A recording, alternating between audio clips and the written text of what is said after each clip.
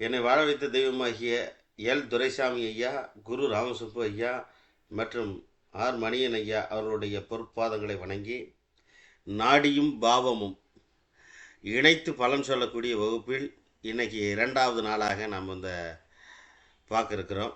நிறைய விஷயங்கள், நிறைய சூட்சமங்கள் இந்த வகுப்பு மூலமாக சொல்லணும், எல்லாரும் தெரிஞ்சுக்கணும், அதனால் நிறைய பயன் பெறணும் அப்படிங்கிறது என்னுடைய ஒரு நோக்கம். அதன் அடிப்படையில் வகுப்பை நாம் ஆரம்பிச்சிடுவோம். பாருங்க, அப்படின்னா மகர லக்னம்னு அப்படின்னு போட்டிருக்கோம், ஒரு கட்டம் யோகம்னு போட்டிருக்கு. சென்ட்ரலில் பார்த்தீங்கன்னா யோகம்னு கொடுத்துருக்குறோம்.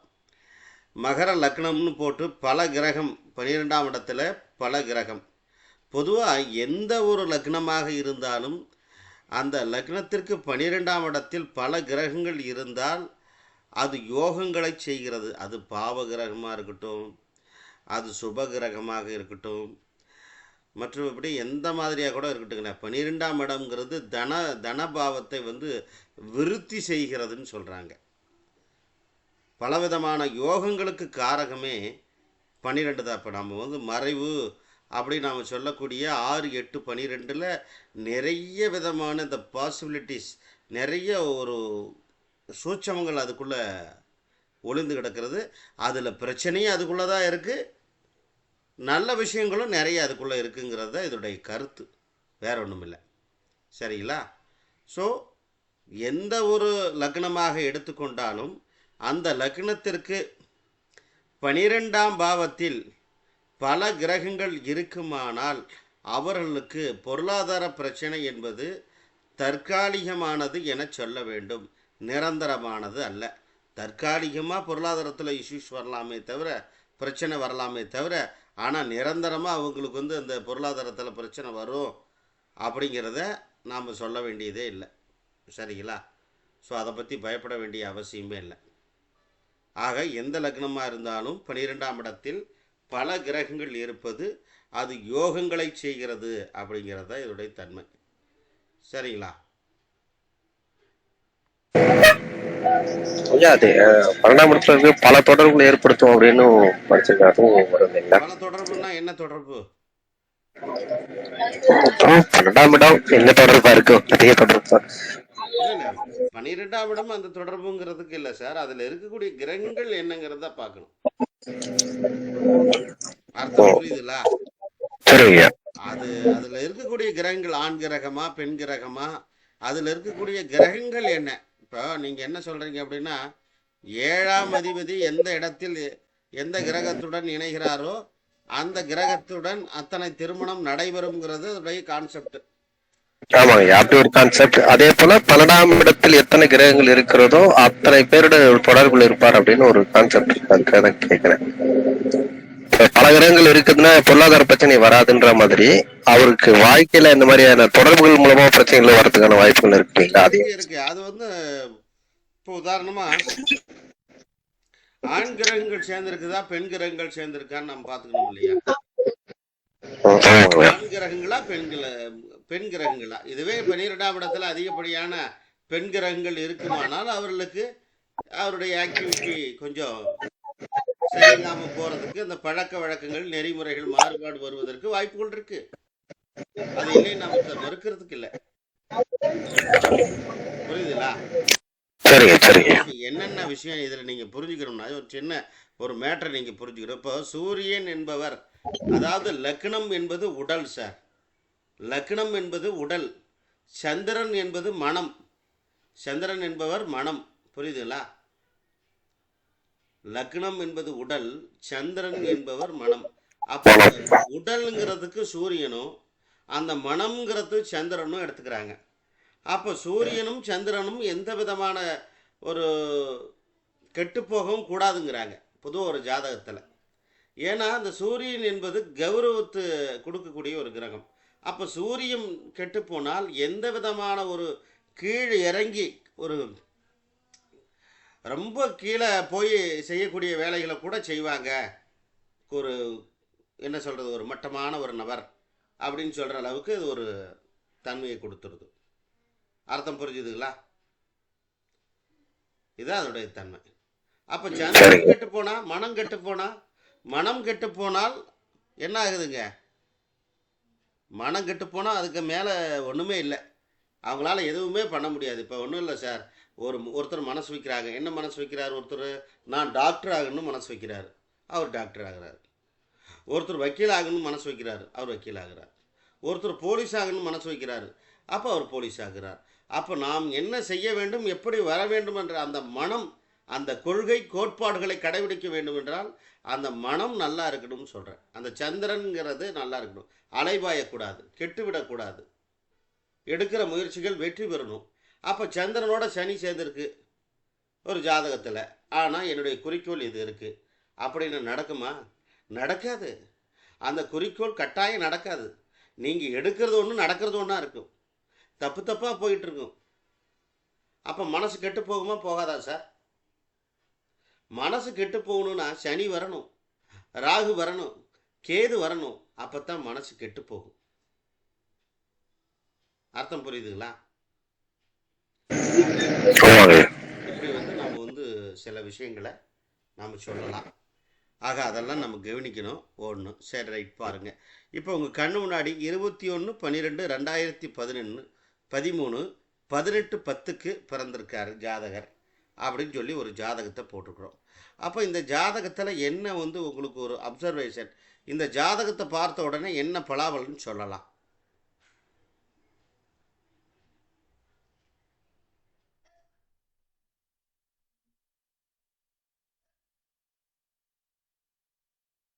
ஜாதகத்தை பார்த்த உடனே ஒரு பலன்னா ஒரு இது என்ன சொல்லலாம்? லக்னம் மிதுன லக்னம், ராசி கடக ராசி. குரு 2 இடத்துல போட்டுருக்கீங்க சார். குரு 2 இடத்துல போட்டுனா? ஆமா சார். தப்பா போட்டு லக்னத்திலே இருக்கு.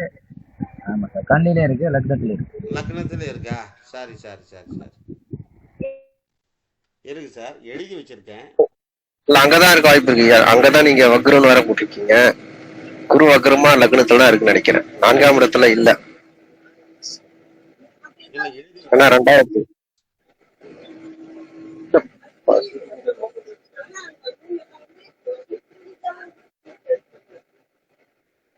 சார் இதுல இல்ல, அதான் கண்ணியில குரு இல்ல, அதை எடுத்துருக்க. கண்ணியில குரு இல்ல, அதாங்க ஐயா. 2013 குரு அங்கதான் கண்ணியில செவ்வாய் வருங்களா? செவ்வாய் கிரகமே இல்ல. கண்ணிலையா? செவ்வாய் இல்லைங்க. செவ்வாய் குருக்கு போல செவ்வாய் போட்டுக்கணுங்க. செவ்வாய் வருது. சரிங்க.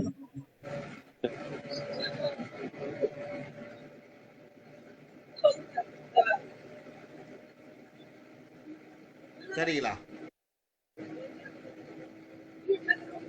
இப்ப தாய் தகப்பனை பத்தி கேக்குறாங்கன்னு வச்சுக்கோங்க சார். தாய் தகப்பனை பத்தி கேக்குறாங்க, என்ன பலாபலன்னு கொடுக்கலாம்? சும்மா உங்களுக்கு தெரிஞ்சு சொல்லுங்க.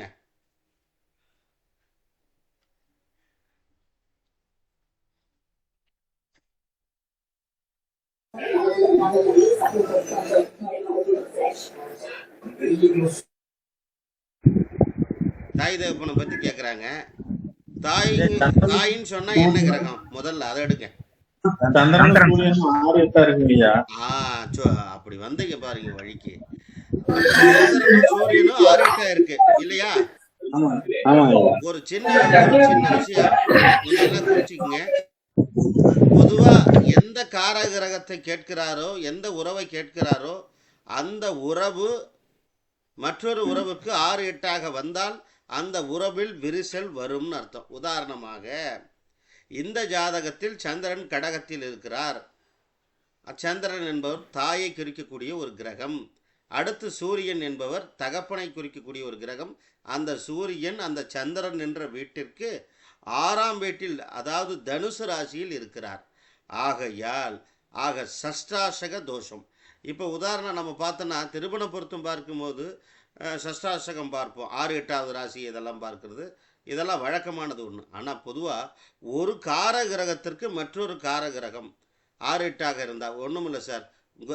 உங்கள் ஜாதகத்தில் குரு இருக்குது, குருவுக்கு 6லேயோ 8லேயோ 6 8 இருந்ததுன்னு வச்சுக்க, சுக்கிரன் இருக்குன்னு வச்சுக்க, அப்போ உங்களுக்கும் உங்கள் மனைவிக்கும் இடையே கருத்து வேறுபாடு வருங்கிறது மாற்ற முடியாத ஒன்று, வந்தே தீரும். அதை மாற்றவே முடியாது. புரியுதுங்களா? அப்போ கட்டாயம் அந்த மாதிரி ஒரு சிக்கல் வருது. அப்போ இந்த ஜாதகத்தை பொறுத்த மட்டும் சந்திரனும் சூரியனும் சஷ்டாசக தோஷத்தில் இருப்பதனால் அப்போ தாய் தந்தையர் பிரிந்து வாழ்வதற்கு உண்டான வாய்ப்பு முறைகள் இந்த ஜாதகத்திலே அமைப்பு வருகிறது அப்படின்னு நம்மளால் தைரியமாக சொல்லலாம். அப்போ சஷ்டாசகம் எதுக்கு பார்க்கணும்? எல்லாத்துக்கும் பார்க்கலாம், எல்லா உறவுகளுக்கும் பார்க்கலாம், ஒரு தப்பும் இல்லை. புரியுதுங்களா? இந்த ஜாதகத்தில் கூட பாருங்க, லக்னத்தில் குரு இருக்கு, 8வது ராசியில் என்ன சார் இருக்கு? சுக்கிரன் இருக்கா இல்லைங்களா?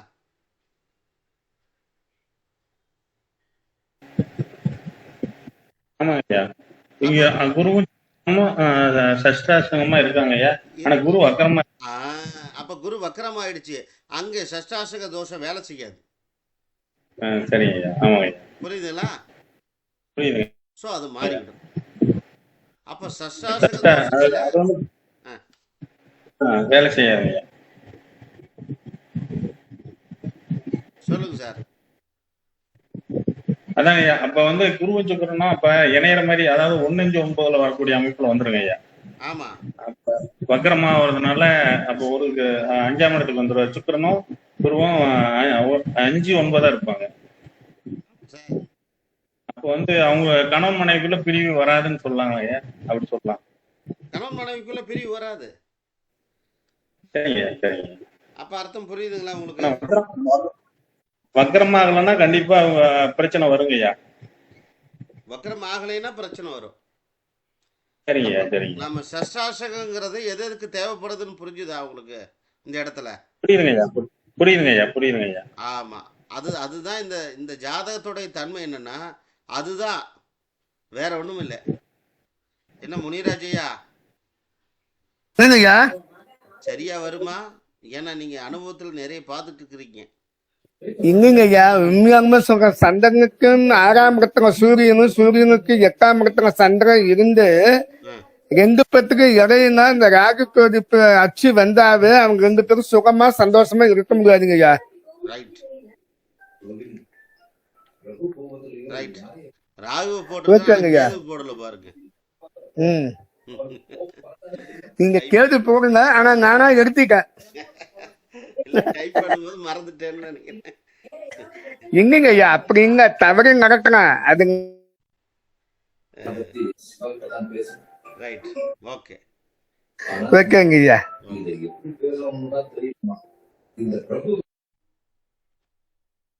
இங்க பாருங்க, சிம்மத்தில் பாவி பொதுவா அந்த பூர்வீகத்துல இருக்க முடியுமா இருக்க முடியாதா?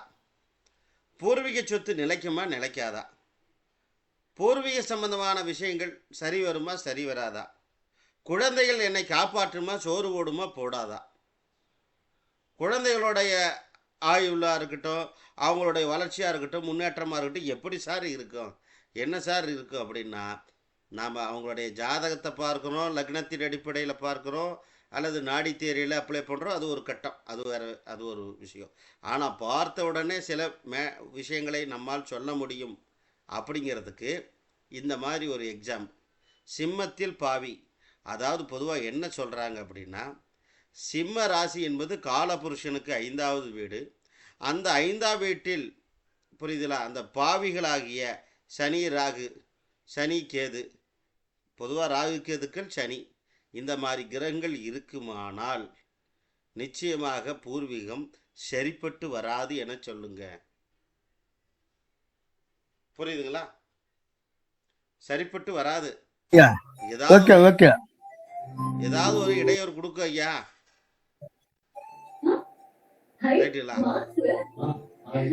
அப்ப சிம்மத்தில் பாவிகள் இருந்தால் நிச்சயமாக பூர்வீகம் சரிப்பட்டு வராது, பூர்வீக சம்பந்தமான விஷயங்கள் சரியாக இருக்காது என்பதுதான் அதனுடைய அர்த்தமே.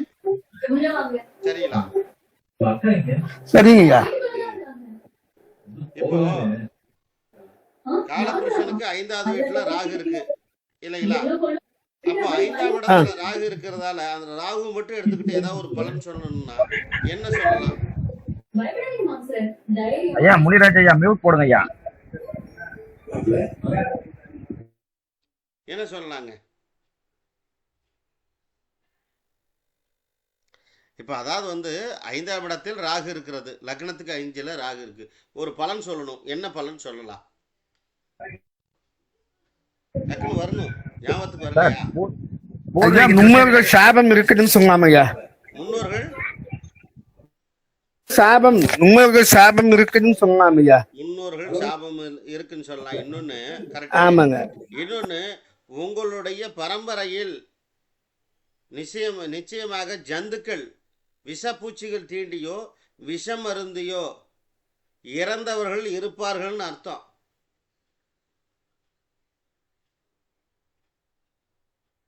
புரியுதுங்களா?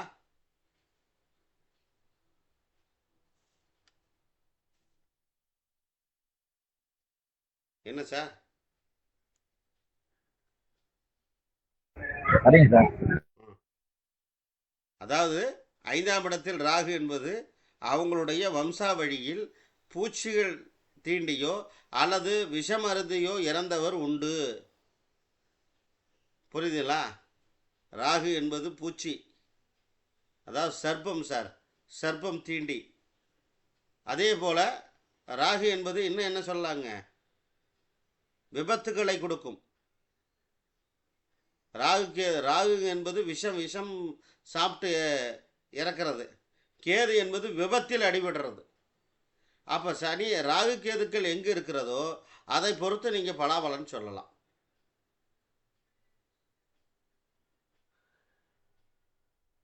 புரியுதுங்களா?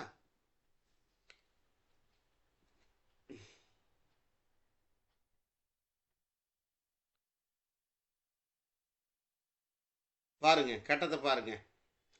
லக்னம்னு போட்டிருக்கிற 1ஆம் இடத்தில் சூரியன், 2ல் கிரகம் இல்லை, 3ல் கிரகம் இல்லை, 4ல் கிரகம் இல்லை, 5ல் கிரகம் இல்லை, 6ல் கிரகம் இல்லை, 6ல் சந்திரன் இருக்கு, 7ல் கிரகம் இல்லை, 8ல் ஒன்றும் இல்லை, 9லேயும் ஒன்றும் இல்லை, 10லேயும் ஒன்றும் இல்லை சார், 11லேயும் ஒன்றும் இல்லை, 12 லக்கணம் அப்படின்னு மீன லக்கணம்னு போட்டிருக்கிறோம். சரிங்களா? என்ன சார்? ஓகேங்க ஐயா. இப்போ இந்த ஜாதகத்தை, இப்போ இப்படி ஒரு ஜாதகம் இருக்குது, மற்ற கிரகங்களை நான் எடுத்துக்கல, எக்ஸாம்பிளுக்கு ஒரு 2 கிரகத்தை மட்டும் வச்சு உங்களுக்கு விஷயத்தை சொல்லிடலாம் அப்படின்ட்டு. இப்போ இதில் கொஞ்சம் நாடி தியரியை நீங்கள் வந்து சேர்த்து அப்ளை பண்ண போகிறீங்க. எப்படி அப்ளை பண்ண போகிறீங்க அப்படின்னா, இந்த ஜாதகத்தை பொறுத்த மட்டும் லக்னம் என்னவா போட்டிருக்கிறோம்? மீன சார் இல்லைங்களா? மீன லக்னம் போட்டிருக்குமா சார்? ஆமா சார். அப்போ லக்னத்திற்கு 2ஆம் வீட்டில் என்ன கிரகம் இருக்கு? சூரியன். 2வது வயசுல மிகப்பெரிய நல்ல வளர்ச்சி குடும்பத்துக்கு வரும்னு அர்த்தம். எப்படிங்க? ஜாதகரின் குடும்பத்திற்கு 2ஆம் வயதில் 2வது வயதில் நல்ல வளர்ச்சிகள் வரும். சரிங்களா? இதுவே லக்னத்திற்கு 7ஆம் இடம்னா எந்த இடம்? கன்னி வருமா? 7ஆம் இடம் கன்னி தானே? ஆமா சார். சந்திரன். ஜாதகருடைய 7 வயசுல ஒரு லாஸ் உண்டு. நிறைய சிக்கல்கள், பணம், பொருளாதார இழப்பு, நிறைய சிக்கல்கள் உண்டுன்னு அர்த்தம், விரயங்கள் உண்டுன்னு அர்த்தம். புரியுதுங்களா? அதாவது கிரகங்கள் எப்படி வேலை செய்கிறது, எந்தெந்த வயதில் என்னென்ன பலன் நடக்கும் என்பதை கூட நம்ம அறுதியிட்டு எழுதிவிட முடியும். அப்போ சூரியன் இருக்கும் இடத்திற்கு குரு வந்தால் அங்கே வளர்ச்சி வருகிறது என்று அர்த்தம். சந்திரன் இருக்கும் இடத்திற்கு குரு வந்தால் அங்கே வளர்ச்சிகள் அத்தனையும் தடைகளாக போகிறது. வளர்ச்சி இல்லை, பணம் பொருளாதாரம் கையை விட்டு போயிடும், ஏமாந்து விடுவதற்கு, தாயார் சுகவீனம், ஏகப்பட்ட இன்னல்கள் வரப்போகுதுன்னு அர்த்தம். அலைச்சல், எதுக்காக அலையிறோம்னே தெரியாமல் அலைகிறது. புரியுதுங்களா? அப்போ குரு சூரியனை தொட்டால் வளர்ச்சி, குரு சந்திரனை தொட்டால் சொல்லுங்க ஐயா. பொருளாதார பிரச்சனை வருங்க ஐயா. பொருளாதார பிரச்சனை இல்ல, கரெக்டு தானே? நாடி தேரியில தானே கரெக்டு. ஆமா ஆமாம் சார். இப்போ மீன லக்னம்னு எடுத்துக்கங்க, கொஞ்சம் மிக்ஸ் பண்ணிக்கிறீங்க இதில். மீன லக்னம்னு எடுத்துக்கிட்டா லக்னத்துக்கு 5ஆம் வீட்டு அதிபதி யாரு?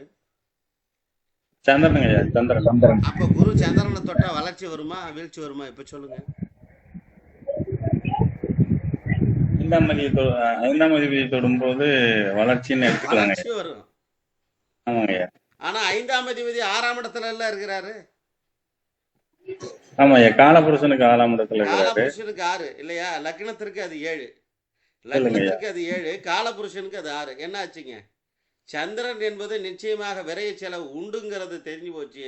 ஆனா பெரிய விரைய செலவு ஆகாதுங்கிறத அடிச்சு சொல்லலாம். ஐயா இங்க வந்து அதாவது 6ஆம் இடம் காலபுருஷனுக்கு 6ஆம் இடம், லக்னத்துக்கு 7ஆம் இடங்கிறதுனால திருமணத்தினால பொருளாதாரத்தை கொஞ்சம் கடன் வருதுன்னு திருமணத்தினால கடன் வருதுன்னு சொல்லாங்க ஐயா. தாராளமா சொல்லலாம். சரிங்க.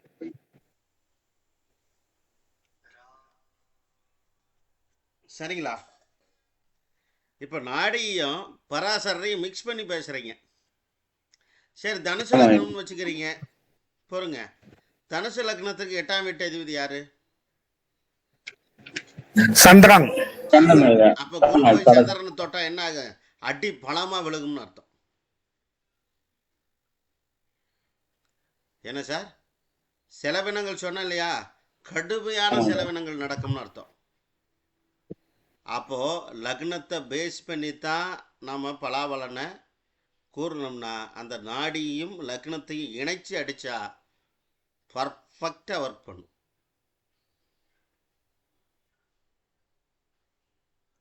அர்த்தம் புரியுதா? இன்னும் புரியலையா? புரியுது ஐயா.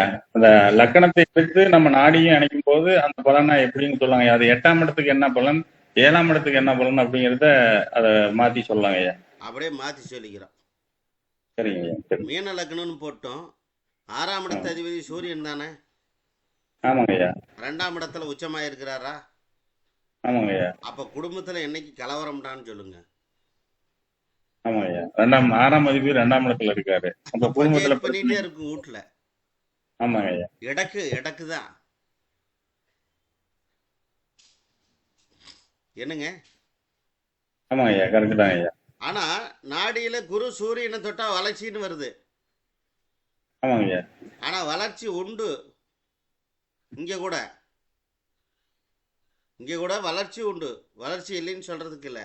ஆனால் அது எப்படிப்பட்ட வளர்ச்சி? வேலையில வளர்ச்சின்னு எடுத்துக்கலாங்களாங்க ஐயா. வேலையில 6ஆம் அதிபதினா வேலையில வளர்ச்சி, 7ஆம் அதிபதினா மனைவி மூலமான வளர்ச்சி, 8ஆம் அதிபதியாக வந்தால் அது நோய் நொடிகள் வளர்ச்சி, 9ஆம் அதிபதி என்றால் தகப்பனாருக்கு வளர்ச்சி, 10ஆம் அதிபதியாக வந்தால் என்னங்க நம்மளுடைய தொழில் பாவம் வளர்ச்சி, 11ஆம் இடம் வந்தால் அது லாபஸ்தானம் வளர்ச்சி, 12ஆம் இடம் வந்தால் நமக்கு விரயம் வளர்ச்சி. அவ்வளவுதான்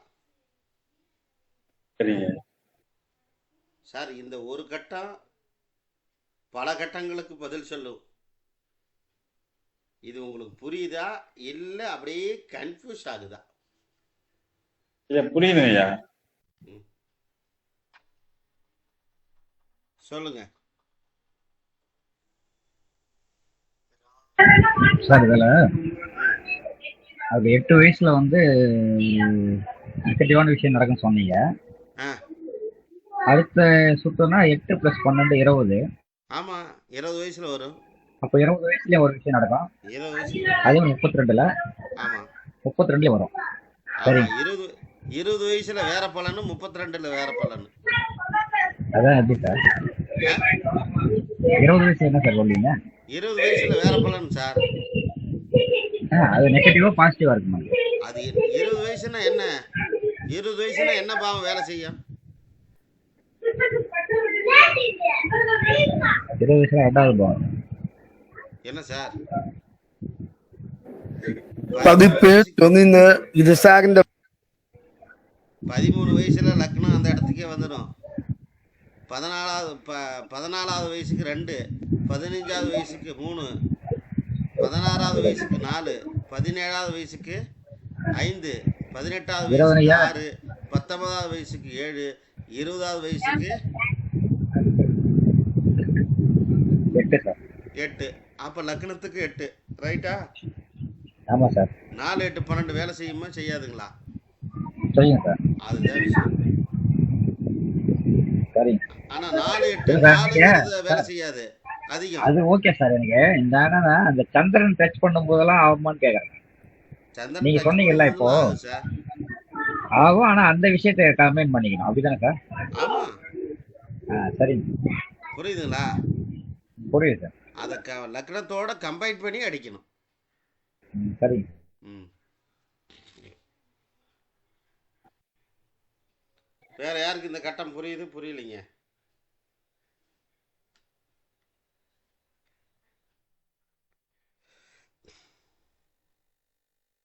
புரிஞ்சுதுன்னா சொல்லுங்க, அடுத்தது போலாம்.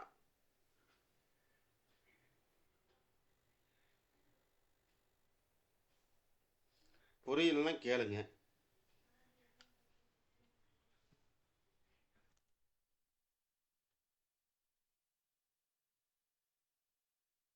சார் நெக்ஸ்ட் போலாம் சார். கேக்குதுங்களா ஐயா? ஆ, இல்ல கொண்டாந்து கேட்கலாம்ல, ரீஜாயின் பண்ண திருப்பியும். ஒண்ணு இல்லைங்க, இப்ப இது வந்து சந்திரனை தொடும் போது இழப்பு ஏற்படுவது போல, இப்ப எப்படி குரு நகர்ந்து ஒரு வருஷத்துக்கு மாதிரி நம்ம லக்னத்தையும் ஒரு வருஷமா நகர்த்தி அப்ப எந்த இடத்தோட தொடர்பு இருக்குதோ அந்த பாவத்தோட கம்பைன் பண்ணி எந்த மாதிரியான இழப்புன்றத சொல்லிடணும். அவ்வளவுதான். சரி. உங்களுக்கு வயசு எத்தனை? 42 வயசு ஐயா. 42 52?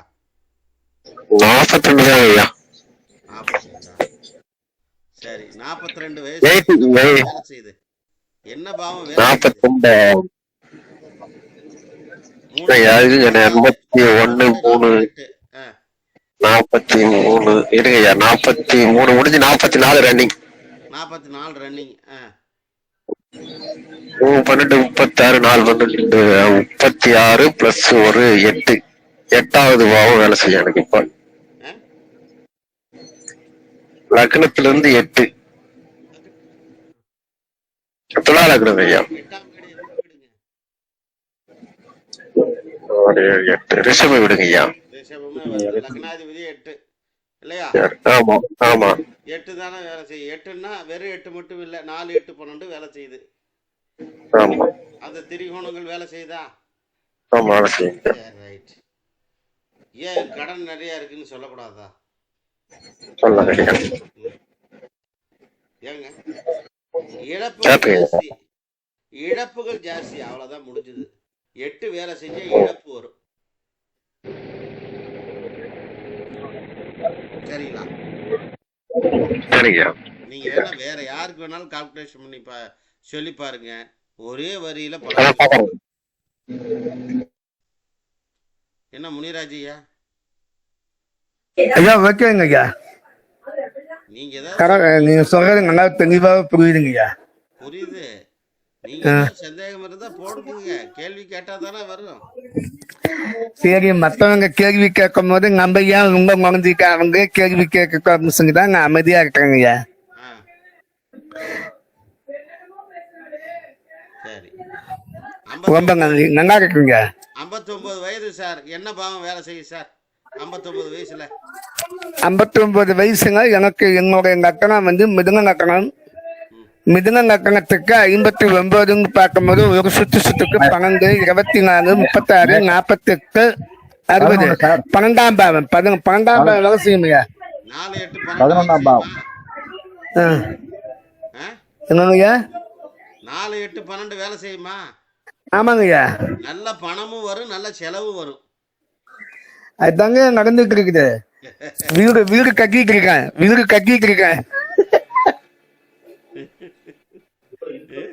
நல்ல பணமும் வரும், நல்ல செலவு வரும். அதான் 12.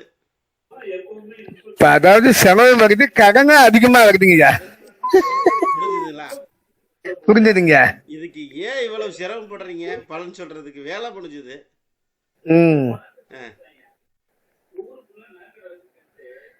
டக்குன்னு ஒரு பாயிண்ட் எடுத்து அது சுத்தா போதுங்க, வந்தவன் ஆஃப் ஆயிடுவான். சரி, நன்றியா. நன்றி.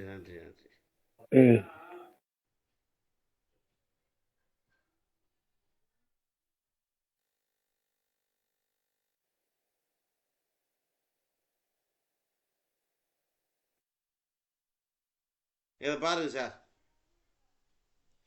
கொடி சுற்றி பிறந்த குழந்தை அப்படின்னு சொல்றாங்க. ஒரு குழந்தை கொடி சுற்றி பிறந்திருக்க வேண்டும் என்றால் ஒரு சில கிரக சேர்க்கைகள் அமைய வேண்டும். அப்படி அமைந்திருந்தால் அந்த குழந்தை கொடி சுற்றி பிறந்த குழந்தை என கூறுங்கள். ஏன் சார் இது எதுக்கு சார் இந்த தியரி அப்படின்னா, அதாவது எப்பவுமே சார் அவங்க அவங்க பார்க்காத விஷயங்களை, அவங்க எதிர்பார்க்காத சில சம்பவங்களை நாம் சொல்லும்போது தான் நமக்கு அந்த இடத்துல ஒரு மதிப்பு மரியாதையை கூடுகிறது. அந்த மாதிரி சின்ன சின்ன நுணுக்கங்களும் நம்ம தெரிஞ்சு வச்சுக்கணும். அதனால தான் இந்த கிரக சேர்க்கைகளை நீங்கள் தெரிஞ்சுக்கணுங்கிறதுக்காக உங்கள் கண்ணு முன்னாடி கொண்டு வந்திருக்கேன். அப்போ சூரியன் குரு வந்தாலும் அது கொடி சுற்றி பிறந்த குழந்தை. சூரியன் ராகு கொடி சுற்றி பிறந்த குழந்தை. சூரியன் கேது கொடி சுற்றி பிறந்த குழந்தை. குரு ராகு கொடி சுற்றி தான் பிறந்திருக்கும். குரு கேது அதுவும் அப்படித்தான். சனி ராகு அதுவும் அப்படித்தான். சனி கேது அதுவும் அப்படித்தான். நீங்கள் வேணால் வெரிஃபை பண்ணி பாருங்க.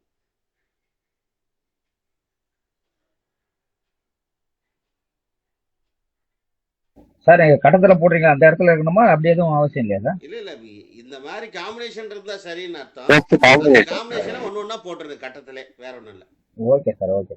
ம். என்ன டெல்லி பாபு சார்? கரெக்டுங்க ஐயா, அது அப்படிதான் புரியுது எனக்கு.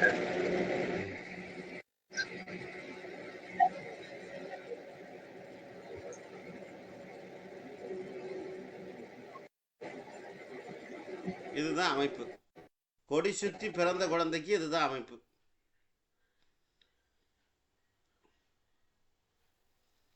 அது ஏதாவது மேட்ச் ஆகுதா? உங்களுக்கு ஏதாவது தெரியுதா?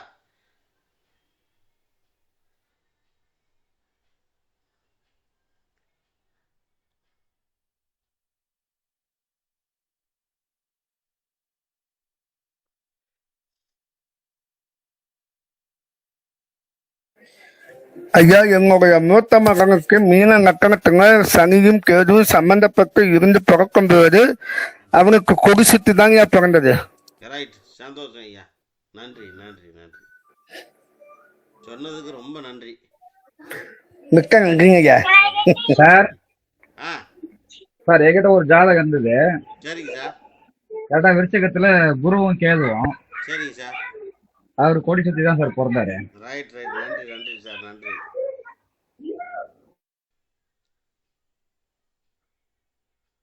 அப்புறம் இன்னொரு விஷயம், இந்த விஷயம் இதை சொல்லணுமா வேண்டாமா?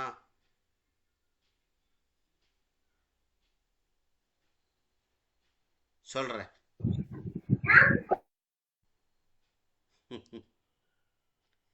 இதை குறிச்சிக்கங்க. இந்த மாதிரி அமைப்புகள் இருந்தால் கொடி சுற்றி பிறந்த குழந்தை டெஃபினட்டாக நீங்கள் சொல்லலாம். இப்போ சாதாரணமாக பிறந்த குழந்தை ஜாதகம்லாம் வரும். ஆனால் அது பிறப்பு ஒன்றுமில்லை, பிறந்த நேரத்தை பார்த்து சொல்லுங்க அப்படின்னு சொல்லலாம். உடனே பார்ப்பீங்க அந்த ஜாதகத்தில் ஏதோ சூரியனுக்கு எது சேர்ந்துருக்குது. நாம் உடனே டக்குன்னு கேட்கலாம், என்ன குழந்தை கொடி சுற்றி பிறந்ததா அப்படின்னு. இன்றைக்கி எங்கே பிறக்குது குழந்தைய? நாம் எல்லாம் எடுத்துட்றோம் பிறக்கிறதுக்குள்ள.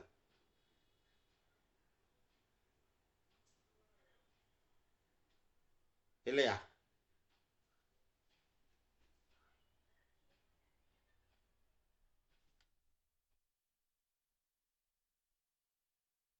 ஓகேங்க, ரைட், குறிச்சிக்கிட்டீங்களா? குறிச்சாச்சுங்க. குறிச்சிக்கான். ஆ,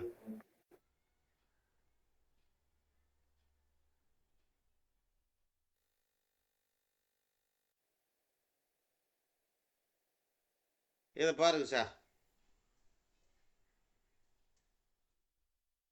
இது ஒரு ஜாதகம், உதாரண ஜாதகம் போட்டிருக்கிறேன். அந்த கொடி சுற்றி பிறந்த குழந்தை ஒரு உதாரண ஜாதகம் போட்டிருக்கிறேன். இதில் ஏதாவது சம்மந்தப்படுதா பாருங்க. கொடி சுற்றி பிறந்த குழந்தைக்கு ஒரு உண்டான காம்பினேஷன்ஸு மேலே பார்த்துட்டோம். கீழே ஒரு உதாரண ஜாதகம் போட்டிருக்கிறேன். இந்த ஜாதகத்தின் மூலமாக அந்த பாயிண்ட் ஒர்க் பண்ணுதா?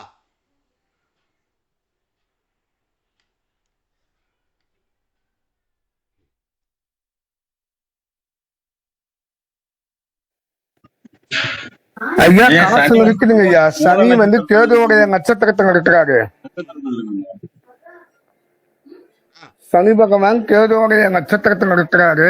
சரிங்க, அதனால அந்த வாய்ப்புக்கு இடம் உண்டுங்க ஐயா. அவ்வளோதான் முடிஞ்சுது. என்ன சார்?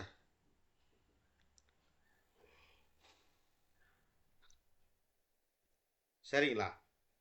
ஐயா அப்ப நீங்க சொல்றப்ப வந்து அப்ப சூரியனோ இல்ல குருவோ சனியோ யார் வந்து ராகு கேதுவோடைய பாதத்துல இருந்தாலும் இந்த மாதிரி குடி சித்தம் வந்திருப்பாங்கன்றீங்க.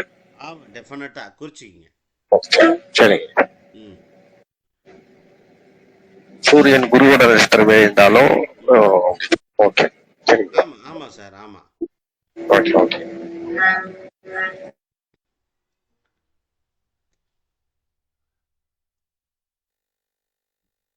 அர்த்தம் புரியுதுங்களா? ஆனா ஐயா இந்த குடிசக்தி பிறக்கறதுனால என்ன பிரச்சனைன்னு எதுவும் இல்லைங்களா? அது எதுவும் சும்மா நம்மளோட ஐடென்டிட்டிக்காக தானே? மாலை சுற்றி பிறந்தா மாமனுக்கு ஆகாது, கொடி சுற்றி பிறந்தா கோத்திரத்துக்கு ஆகாது. இது மலை சுத்தி பிறக்கிறதும் குடி சுத்தி பிறக்கிறது ரெண்டு ஒண்ணு தானங்க ஐயா, இல்லையா? மாலை சுற்றி பிறந்தா மாமனுக்கு ஆகாது, மாலை மாதிரி இருக்கும். ஆஹா.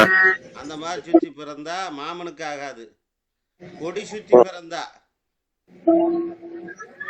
கொடி கொடின்னா எங்க இடுப்புல, இடுப்புல. ஆஹா. கொடி சுற்றி பிறந்தா கோத்திரத்துக்கே ஆகாது. ஓ, ஓ. ம். அப்ப என்னங்க ஐயா பரிகாரம் கேட்பாங்க? பரிகாரமா? தாய் மாமா அந்த குழந்தைய பார்க்க கூடாது. ம். அந்த ஏதோ தண்ணியை வச்சு தண்ணியில பாப்பாங்களா சார் எதுவும்? கண்ணாடியில பாப்பாங்க. கண்ணாடியில. கண்ணாடியில பாப்பாங்க. கண்ணாடியில ம். எண்ணெயில பாப்பாங்க சார். எண்ணெயில பாப்பாங்களா பாருங்க. எண்ணெயில பார்ப்பாங்க. டைரக்டா பார்க்காம கண்ணாடி வழியாவோ இல்ல எண்ணெய் வழியாவோ பார்ப்பாங்க. பார்த்துட்டு இல்ல தண்ணியில காட்டுவாங்க, அது வழியா பார்ப்பாங்க. பார்த்துட்டு அதுக்கப்புறம் பாக்கணும்னு சொல்லுவாங்க. இந்த கொடி சுத்தி பிறந்தா எப்படிங்க? கொடி சுற்றி பிறந்தால் என்ன பரிகாரங்க ஐயா? என்ன பரிகாரம்? எல்லாத்துக்கும் ஒரே பரிகாரம் தான், சிவ வழிபாடு தான். எல்லாத்துக்கும் சிவ வழிபாடு தான் சார், அவ்வளவுதான். அதோடைய தன்மையே அதுதான். மாலை சுத்தியோ கொடி சுத்தியோ பிறந்தா அது என்ன சார்? கொடிங்கிறது என்ன, மாலைன்னா என்ன? ராகுதான் சார், அது ராகுதான். ராகுவோட ஆதிக்கம் வருவது அவ்வளவு நல்லது இல்லைங்கிறதா அவருடைய தன்மை சார், வேற ஒன்றும் இல்லை. புரியுதுங்களா? சரி.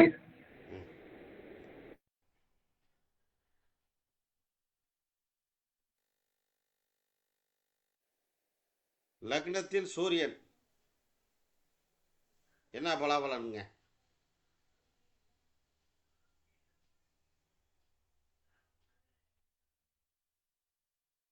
என்ன சார்? லக்னத்தில் சூரியன் இருக்குன்னு வச்சுக்கிங்க, என்ன போட்டிருக்கேன் பாருங்க. லக்னத்தில் சூரியன் இருந்தால் உடல் தொல்லை கொடுக்குங்கிறாங்க.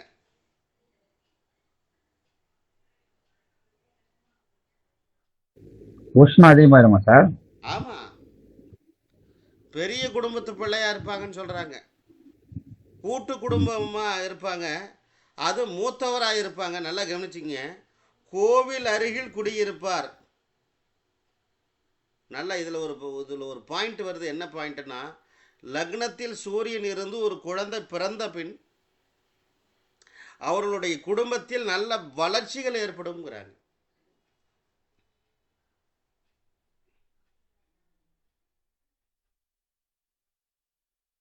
புரியுதுங்களா?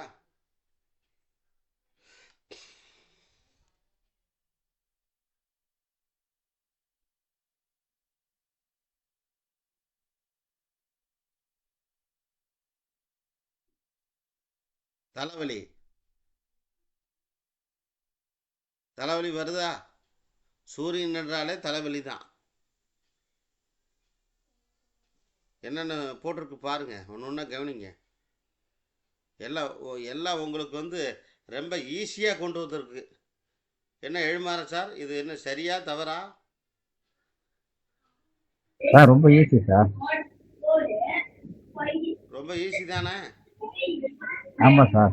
ஆ டக்குன்னு பார்த்த உடனே சொல்லலாம். லக்னத்துல சூரியன் இருக்குன்னா இப்போ நீங்க மூத்த பிள்ளையா வீட்டு பக்கத்துல இருக்கான்னா அவன் கொஞ்சம் அதிர்ச்சி ஆகும். என்னடா இப்படி சொல்றாங்களே, அது எந்த ஒரு கணிதம் இல்லாம டக்குன்னு பார்த்த உடனே சொல்ற வழி சார் இது. அவ்வளோதான்.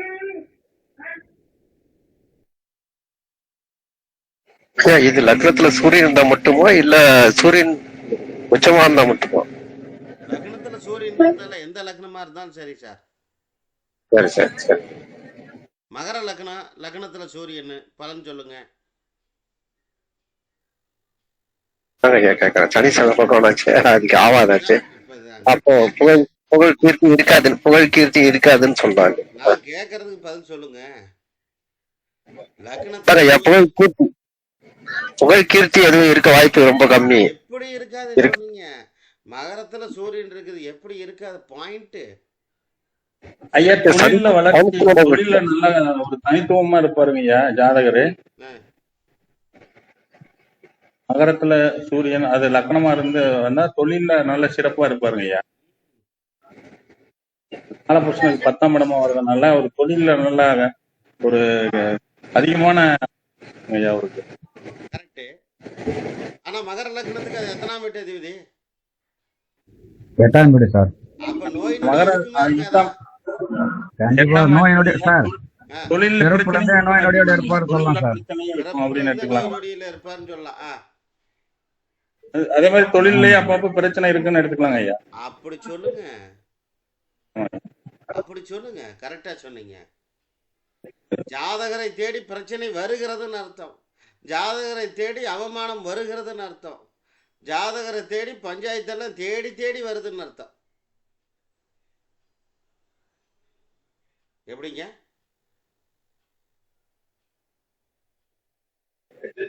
ஆமா ஐயா சார், லக்னத்துக்கு 2ஆம் வீட்டு அதிபதி லக்னத்தில் இருந்தால் பணம் தேடி வருது. 4ஆம் வீட்டு அதிபதி லக்னத்தில் இருந்தால் சுகம் தேடி வருகிறது. சொத்து சுகம்லாம் தேடி வரும்.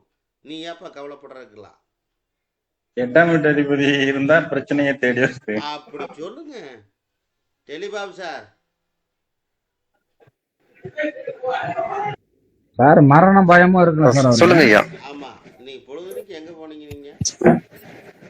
அதாவது அஸ்தமாதிபதி லக்னத்துல இருந்தால் ஆயுசு தீர்க்காயுசு, ஆனா பல பிரச்சனைகளை சந்திப்பார்.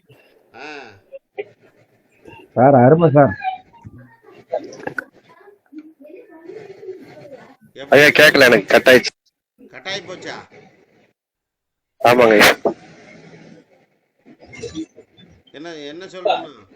ஐயா சொன்னார், சொல்லுங்க. மறுபடியும் ஒரு தடவை ரிப்பீட் பண்ணுங்க ஐயா, கேட்கலையாமா. அஸ்தமாதிபதி மகர லக்னத்துல இருக்கும்போது அவருக்கு ஆயுங்க தீர்காயுங்க, ஆனா பல கஷ்டங்களும் சிரமங்களும் அவரை தேடி வந்து அடையும். எப்படி? இன்னொரு பாயிண்ட் தெரிஞ்சுங்க. ஒரு ஜாதகத்துல சூரியனுடைய நட்சத்திர சாரத்தில் ஒன்றுக்கு மேற்பட்ட கிரகங்கள் இருப்பது மிகப்பெரிய வளர்ச்சியை கொடுக்கும். குறிச்சு வச்சுக்கங்க.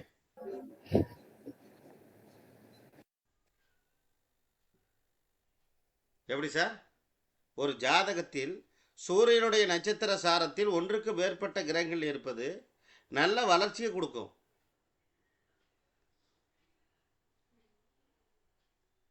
சரிங்களா? இந்த பாயிண்ட் ஏற்கனவே கேள்விப்பட்டதா?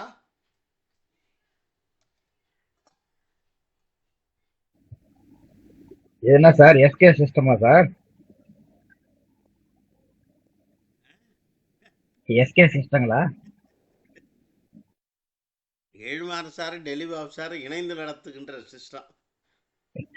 சரிங்க சார். ஆமா.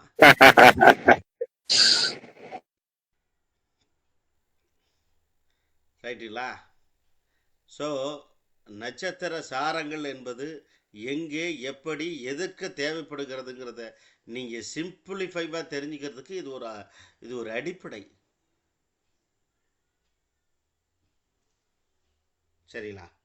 அப்போது நீங்கள் பாருங்கள், இவ்வளோ விஷயங்களை நேராக உங்களுக்கு கொண்டு வந்துட்டோம். ஏன் இவ்வளோ விஷயங்களை உங்களுக்கு கொண்டு வந்தாச்சு?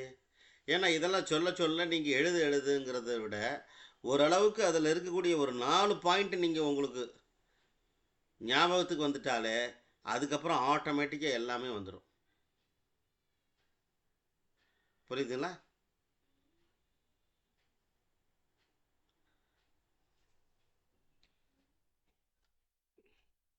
பரிகாரம் உட்பட போட்டிருக்கேன் பாருங்க. கும்பகோணம் கும்பேஸ்வரர். சூரியன் கேதுன்னா பண ஓலை வீடு, கூரை வீடுங்கிறாங்க. செட்டு. சூரியன் கேதுன்னா செட்டுன்னு அர்த்தம். ஏதோ செட்டப் பண்ணியிருக்காங்கன்னு அர்த்தம்.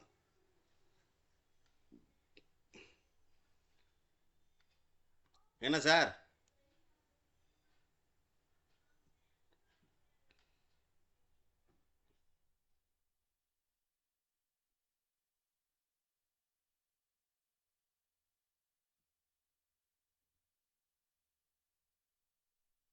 இன்னும் ஒருத்தருமே பேச மாட்டேங்குது, எல்லாம் எழுதிட்டு சார் சொல்லுங்க சார். ம் இதுல பரிகாரம் கொடுத்துருக்கீங்க சார். அதான். இன்னொரு விஷயம் சொன்னீங்க சார். மகரத்துல சூரியன் இருந்தாருன்னும் போது இந்த பலன் சொல்றது கொஞ்சம் மாறுது. ஆமாம், அப்ப அந்த பரிகாரம் ஆனா அதுவும் செம்ம மாறுமான்னு. பரிகாரம் அதே தான். அதேதான், அதே கும்பகோணம் பரிகாரம் தான். பண்ணுறதே நல்லா இல்லைன்னா தானே பரிகாரம் பண்ணணும். ஆமா சார். ஆ ஏன் சார், நீங்கள் சிம்ம சரிங்க லக்னம், சார். லக்னத்தில் சூரியன், நீங்கள் எதுக்கு பரிகாரம் பண்ணுறீங்க? இல்ல சார். ம் சரிங்களா? சரிங்க சார். நாளைக்கு வாழப்பாடி வேற போகணும். வாழப்பாடி. இப்ப நைட்டு கிளம்புறீங்களா சார்? இப்ப ஆமாம். சார் ஒண்ணும் இல்ல. இப்ப வந்து இப்ப லக்னத்தில் சூரியன் சொன்னீங்க. சரி.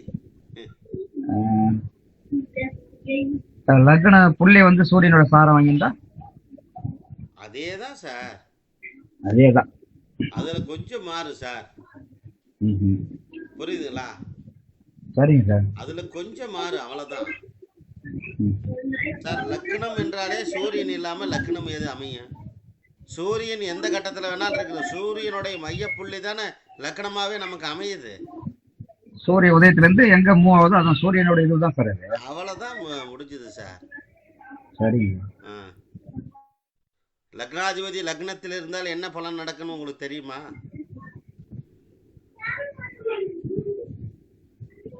ஏன் சார்? சார் லக்னாதிபதி லக்னத்தில் அமைந்தால் என்ன பலன் உங்களுக்கு தெரியுமா சார்? எல்லாமே அவர் தேடி வரும்னு சொல்லிடலாமா சார்? ஒன்றுக்கு மேற்பட்ட மனைவிகள்னு அர்த்தம். லக்னாதிபதி லக்னத்தில் இருந்தாங்களா? ஆமா, சார் எனக்கு இல்லையா சார்? மொத்தமா காலி பண்ணிடும். சரிங்க சார். எனக்கு இல்லை சார். உங்களுக்கு இல்லையா? இல்லை சார். தப்பிச்சது. தெளிவாக சாருக்கு இருக்கான்னு கேட்டுக்குங்க. இருந்தது இப்ப இல்லை சார். இருந்தது. இல்ல சார், இல்ல. அவர் இல்லன்னு வருத்தப்படுறாரு அவரு. சரி, லக்னத்தில் சந்திரன். சரிங்களா? சரிங்க சார். லக்னத்தில் சந்திரன் இருந்தால் அவர் பிறந்தவுடன் அல்லது வயிற்றில் இருக்கும்போதே இடமாற்றம் ஏற்பட்டிருக்கும். ஞாபக சக்தி, ஞாபக மறதி, நீரில் கண்டம், கண்ணோய், ஜலதோஷம், வெளிநாடு வெளி மாநிலம், மீடியா, செய்தித்துறை, பயணம், அதை சார்ந்த தொழில், கற்பனை வளம், பிறந்தவுடன் இடமாற்றம். ரைட்டுங்களா? முக்கியமான கருத்து பிறந்தவுடன். அப்படி இப்போ லக்னத்தில் சந்திரன் இருக்குன்னா என்ன சொல்கிறாங்கன்னா, அந்த சனிக்கிழமை ஞாயிற்றுக்கிழமை அதாவது வீட்டில் இருந்து அந்த உறவினர்களோட அந்த கலந்து மகிழ்ந்து இருப்பதற்கு ரொம்ப ஆர்வமாக இருப்பாங்களாமா. சரிங்களா? தாய் மாமன் வீட்டில் பிறந்திருப்பார்னு சொல்கிறாங்க. பயணம் அதிகம், பிறந்தபோது கஷ்டம். இந்த ஜாதகர் பிறந்த உடனே கஷ்டங்கள் இருக்கும். அதிக கிரகங்கள் சந்திரனுடைய சாரத்தில் இருந்தால் ஏமாற்றம் வரும், அவசூல் இல்லாமல் இருக்காது. குறிச்சிக்கிங்க. உங்களுடைய ஜாதகத்தில் அதிகமான கிரகங்கள் சந்திரனுடைய நட்சத்திர சாரத்தில் இருந்தால் ஏமாற்றம், அவசூல் இல்லாமல் இருக்காது.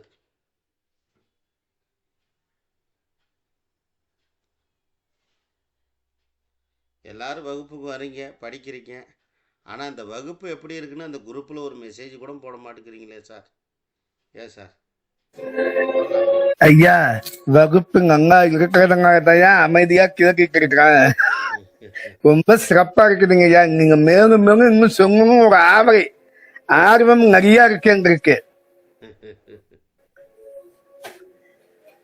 நாளைக்கு வாழப்பாடி வரீங்களா நாளைக்கு? ஐயா நான் நாளைக்கு வெளியில ஒரு இடத்துக்கு போயிட்டு நான் மத்தியானத்து மேல கண்டிப்பா வருவேங்க ஐயா. உங்களை நேர்ல பார்ப்பேன். சரி, ஓகே. செவ்வாய் பார்த்தால் சுய முயற்சியாலும் அறிவாலும் முன்னேற்றம் உண்டுங்கிறாங்க. ஒரு சின்ன சின்ன டிப்ஸ் கொடுத்துருக்குறேன். சந்திரன் குரு, ஒரு ஜாதகத்தில் சந்திரனும் குரு இணைந்திருந்தால் அடைமழை பெய்யும் பொழுது பிறந்தவர். சரிங்களா? சந்திரனுடைய நட்சத்திரத்தில் அதிக கிரகங்கள் இருந்தால் பயணம் ஏமாற்றத்தை கொடுக்கும். அதுதான் அதோடைய தன்மையை.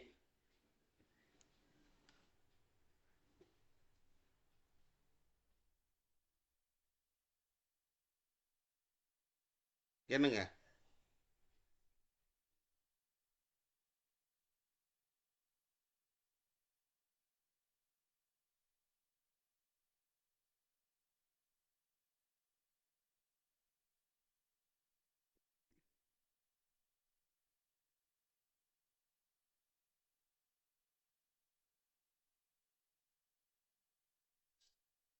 வேற என்ன சந்தேகம் சார்? சந்தேகம் எதுவும் இல்லைங்க ஐயா.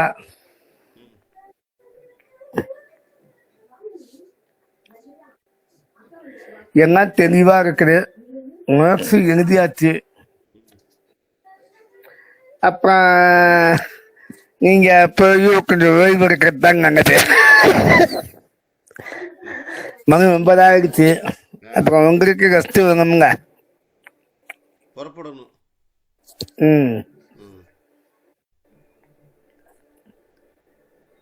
அவரு ரொம்ப கூப்பிட்டுட்டே இருக்காரு. அப்புறம் நம்ம அதுக்கு மேலே போகலைன்னா ஏதாவது மனஸ்தாபங்கள் வந்துவிடும். அண்ணனை கூப்பிட்ற வரமாட்டேங்கிறாரு அப்படின்னு சொல்லி.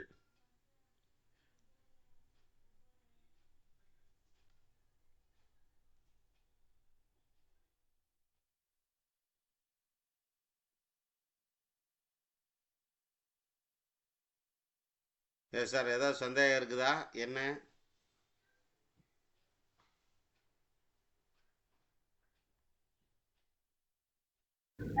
லக்னத்துல சந்திரன் இருந்தா தாய்மாமன் வீட்டுல பிறந்திருப்பாருன்றீங்க. இப்ப பிறகுற குழந்தைங்களாம் ஹாஸ்பிட்டல்ல தான் சார் பிறகுது. சரி, இது எப்படி சார் தெரியுது?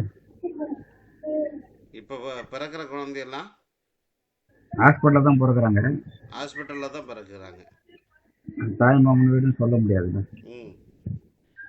அதுக்கு வேற எப்படி சார் பலன்? சந்திரன் இருந்தால் சரிங்க சார், அதை நம்ம கவனிக்கணும்ல.